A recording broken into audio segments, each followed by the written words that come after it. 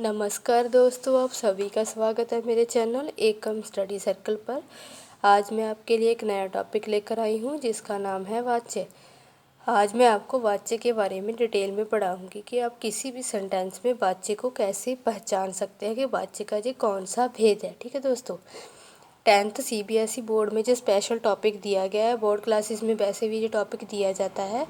अगर आप board class के स्टूडेंट हैं तो आपके लिए ये वीडियो बहुत ही हेल्पफुल होने वाली है।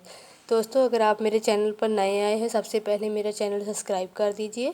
तो चलो आज शुरू करते हैं हमारा आज का टॉपिक जो है कि वाच्य।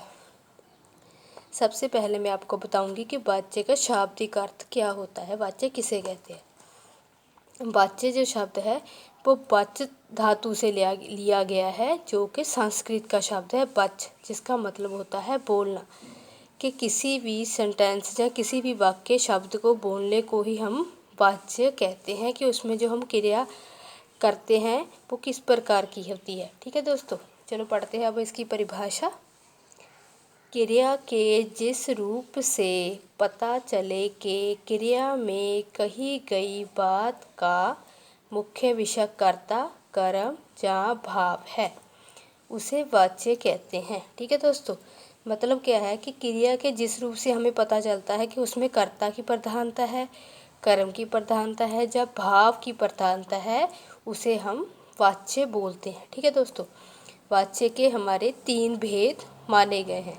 उससे पहले मैं आपको एक बात बताना चाहती हूँ कि जो बोर्ड क्लासेस के एग्ज़ाम होते हैं उसमें जो भी क्वेश्चन पूछे जाते हैं वाच्य से, जब वो क्वेश्चन पूछे जाते हैं कि कर्तवाच्य क्या है, कर्मवाच्य क्या है, भाववाच्य क्या है, या तो ये पूछा जाता है या फिर पूछा जाता है कि इनमें कौन कौन सी क्रिया होती है, कर्मक क्रिया होती है या कर्मक क्रिया होती है, या फिर यह भी क्वेश्चन पूछ लिया जाता है कि आपको कर्तवाच्य से एक सेंटेंस दिया जाता है और कर्मवाच्य से एक सेंटेंस दिया जाता है, उसको आपको दूसरे वाच्य में बदलने को, परिवर्तन करने को कहा जाता है। जैसे कि कर्तवाच्य का एक सेंटेंस देकर आपको उसको कर्मवाच्य में बदलने के लिए कहा जाए, जब भाववाच्य का सेंटेंस देकर उसको कर्मवाच्य में बदलने के लिए दिया जाए। ठीक है दोस्तों, इस प्रकार के क्वेश्चन हमारे जो है बोर्ड क्लासेस में पूछे जाते हैं। ठीक है दोस्तों, चलो शुरू करते हैं हमारा जो कर्तवाच्य के जो भेद हैं। सबसे पहला जो भेद है हमारा कर्तवाच्य। कर्तवाच्य का कर्त से ही हम इसका मीनिंग समझते हैं, शाब्दिक अर्थ इसका हम समझते हैं कि कर्ता। ठीक है दोस्तों, इसका मीनिंग कर्त का मीनिंग कर्ता से लेते हैं। ठीक है, इसमें क्या होता है कि मुख्य विषय कर्ता, मतलब क्या है, जो कर्तवाच्य है उसमें जो मुख्य विषय होता है, जब मुख्य किसकी प्रधानता होती है, कर्ता की। ठीक है दोस्तों, अब आपको क्या करना है, अब जो भी आपको भेद पढ़ने हैं, कर्तवाच्य या कर्मवाच्य या भाववाच्य, उन सभी में आपको मैं ऐसी एक ट्रिक बताऊंगी। आज आपको सिर्फ तीनों में 3 बातें ही याद रखनी है। उसके बाद आप ज़िंदगी भर कभी भी वाच्य नहीं भूलोगे। आप किसी भी सेंटेंस में से आप वाच्य के भेद को पहचान सकते हैं। ठीक है दोस्तों, जैसे कि इसमें पहले हमने मुख्य विषय की बात की कि किसकी प्रधानता है, कर्ता की। ठीक है, अब हम दूसरी बात इसमें करेंगे कारक चिन्ह, कि आपको देख लेना है कि उस सेंटेंस में कारक चिन्ह कौन सा लगा है। अगर ने कारक चिन्ह लगा है तो समझ लेना कि वो कर्तवाच्य की उदाहरण है, और अगर या फिर कोई नहीं, मतलब क्या है कि कर्ता के साथ या तो ने जो कारक चिन्ह लगा होगा या फिर कर्ता के साथ कोई भी कारक चिन्ह नहीं लगा होगा। आप उससे पहचान लोगे कि वो उदाहरण किसकी है, कर्तवाच्य की। ठीक है दोस्तों, और जो तीसरी बात है इसमें वो क्या है, क्रिया। ये आपको पता होना चाहिए इस पे जी कर्तवाच्य है उसमें कौन कौन सी क्रिया होती है। ठीक है, एक तो अकर्मक क्रिया, एक सकर्मक क्रिया। अब इन दोनों का मीनिंग मैं आपको समझाती हूँ कि अकर्मक का मतलब बिना कर्म की क्रिया, सकर्मक का क्रिया स से भाव समझ लेना साथ, कर्म के साथ। ठीक है, जो कर्म के साथ क्रिया वो भी होगी, यहाँ पर कर्म क्रिया भी होगी, और कर्म के बिना अकर्म क्रिया, दोनों ही कर्तवाच्य में हमें मिलेंगे। जैसे कि अब हम इसकी उदाहरणें पढ़ते हैं। सबसे पहले आपको मैं बताती हूँ कि रीमा ने सेब खाया। इसमें क्या है, हमने ऊपर पढ़ा था ना, इसमें ने कारक चिन्ह लगा हुआ, इसमें हमारा ने कारक चिन्ह हमें मिल गया है। तो ये कौन से किसकी उदाहरण है, कर्तवाच्य की। रीमा ने सेब खाया, सेब किसने खाया, रीमा ने। ठीक है दोस्तों, इसलिए यह क्या है, कर्तवाच्य की उदाहरण, इसमें ने कारक चिन्ह लगा है। और एक मैंने आपको बताया था इसमें कोई भी कारक चिन्ह नहीं लगा हो, वो भी कर्तवाच्य की उदाहरण होती है। वो किस प्रकार, जैसे कि आशीष किताब पढ़ता है। ठीक है दोस्तों, इसमें आशीष कौन है? आशीष हमारा करता है और क्या पढ़ता है? वो किताब पढ़ता है। किताब कौन पढ़ता है? आशीष। आशीष करता है, उसके बाद कोई भी कारक नहीं लगा है, इसीलिए क्या है ये सेंटेंस भी क्या है हमारा? कर्तवाच्य की उदाहरण। बस आपको एक बात याद रखनी, या तो ने कारक चिन्ह लगा हो या कोई नहीं लगा हो और कर्ता प्रधान हो, बस वो कर्तवाच्य की उदाहरण होगी। ठीक है दोस्तों। आगे है हमारा कर्मवाच्य। मुख्य विषय कर्म, मतलब कि जिसमें भी कर्म की प्रधानता होगी, मुख्य विषय कर्म होगा, वो हमारा कर्मवाच्य की उदाहरण होगी। अब हम दूसरी बात हमने कारक चिन्ह की है, वो क्या है इसमें? के द्वारा, जहाँ कर्ता निर्जीव, मतलब क्या है इसमें कारक चिन्ह हमारा कौन सा है? के द्वारा लगा हुआ हो। अगर आपको के द्वारा वहाँ पर नहीं मिलता है तो आपको क्या देखना है? आपको देखना है वह कर्ता निर्जीव हो, मतलब जो कर्ता है उसमें वो निर्जीव होना चाहिए, उसमें जान नहीं होनी चाहिए। जैसे कि पशु पक्षी जानवरों में हमारी जान होती है, मनुष्य में, लेकिन जैसे कुर्सी मेज ये सभी क्या है? हमारे निर्जीव वस्तुएं। ठीक है दोस्तों। अब इसमें क्रिया कौन सी होती है? स्कर्मक। जैसे कि कर्म से ही हम इसे समझ लेंगे, इसमें स्कर्मक क्रिया होती है, कर्म साथ में होता है। ठीक है दोस्तों। जैसे कि इसकी उदाहरण हम पढ़ते हैं, पतंग उड़ रही है। इसमें पतंग जो करता है वो हमारा क्या है? इसमें पहले देखो, इसमें कोई भी कारक चिन्ह लगा नहीं हुआ ना, के द्वारा कारक चिन्ह इसमें नहीं मिल रहा है, लेकिन जो पतंग करता है हमारा वो क्या है? निर्जीव है। ठीक है, उसमें जान नहीं है, इसीलिए ये किसकी उदाहरण है? कर्मवाच्य की। आगे हमारा था सेकंड था, रीमा द्वारा सेब खाया गया। मैंने कहा था ना के द्वारा, इसमें के द्वारा लगा है ना, रीमा के द्वारा सेब खाया गया। सेब किसके द्वारा खाया गया? रीमा। ठीक है दोस्तों, इसलिए के द्वारा लगा है तो ये किसकी उदाहरण है? कर्मवाच्य की। इसी प्रकार है हमारा भाववाच्य।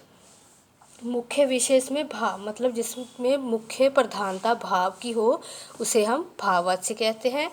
इसमें कौन सा कारक चिन्ह लगा होता है? इसमें से या नहीं या नकारात्मक, मतलब क्या है इसमें? या तो से कारक चिन्ह लगा होगा, यहाँ पर नहीं का प्रयोग किया होगा, ये नकारात्मक सेंटेंस होगा। ठीक है दोस्तों।